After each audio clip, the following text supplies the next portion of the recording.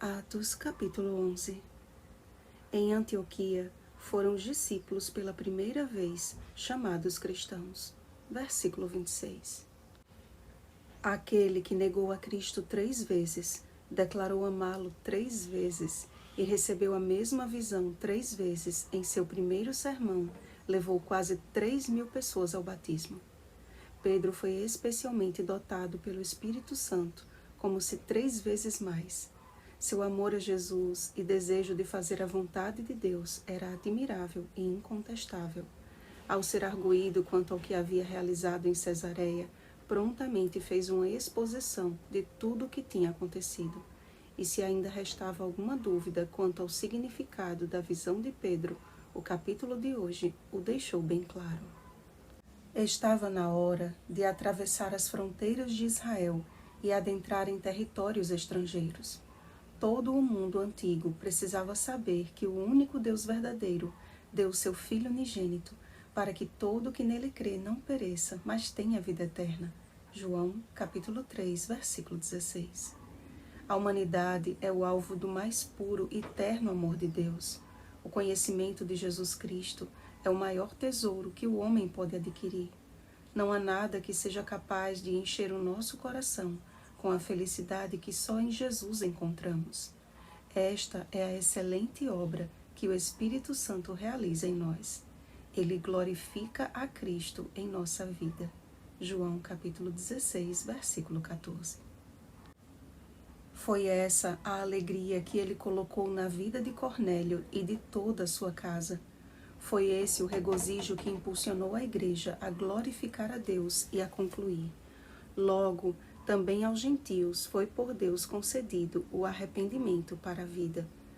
A dispersão da igreja devido à tribulação que sobreveio a Estevão causou-lhes de início uma terrível angústia, mas Deus a usou para espalhar a sua palavra. Ainda sem muito compreender que não deveria haver mais distinção entre judeus e gentios, os dispersos pregavam somente aos judeus, mas em Antioquia falavam também aos gregos. E a mão do Senhor estava com eles, e muitos crendo se converteram ao Senhor. Em Antioquia, Barnabé e Saulo foram testemunhas do poder do Espírito Santo. Ao ver que naquela cidade já se havia formado uma comunidade de fiéis, Barnabé alegrou-se e exortava a todos a que, com firmeza de coração, permanecessem no Senhor. É por demais relevante a exortação daquele servo de Deus. Jesus mesmo afirmou: aquele, porém, que perseverar até o fim, esse será salvo. Mateus capítulo 24, versículo 13. A perseverança é um atributo indispensável na vida do cristão. Por não perseverar, muitos têm abandonado a fé e retornado às antigas práticas.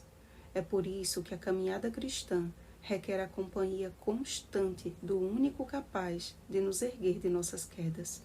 Olhar para Jesus, fixar os olhos nele, fazer dele nossa muralha de bronze é a nossa única segurança. Sob a liderança de um homem bom, cheio do Espírito Santo e de fé, pela primeira vez, os discípulos foram chamados de cristãos. Muitos de nós temos sustentado este título como se fosse algo comum, mas é tão solene e tão sério que o seu mau emprego é equivalente à maldição de Ananias e Safira e de Simão o mágico. Eles se diziam seguidores de Cristo, quando na verdade serviam a outro Senhor. Ser cristão não é simplesmente dizer que acredita em Jesus, porque até os demônios creem e tremem.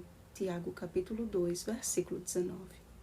Ser cristão é ter Cristo refletido na vida. Jesus viveu neste mundo e nos deixou o exemplo da perfeita obediência e submissão ao Pai. Quando entendermos que a obediência à palavra de Deus não é tirania e sim proteção, seremos verdadeiramente felizes, como diz o salmista. Antes, o seu prazer está na lei do Senhor, e na sua lei medita de dia e de noite. Salmo 1, versículo 2. Ao obterem conhecimento da fome que sobreviria a seus irmãos, logo os discípulos se mobilizaram para ajudá-los. Não foi preciso apelar para que um e outro fosse tocado a colaborar. mas cada um, conforme as suas posses, se voluntariou a socorrê-los. Nenhuma de nossas obras, amados, tem o poder de nos salvar, mas ninguém que foi salvo por Jesus pode sustentar uma fé sem obras, porque a fé sem obras é morta. Tiago capítulo 2, versículo 26.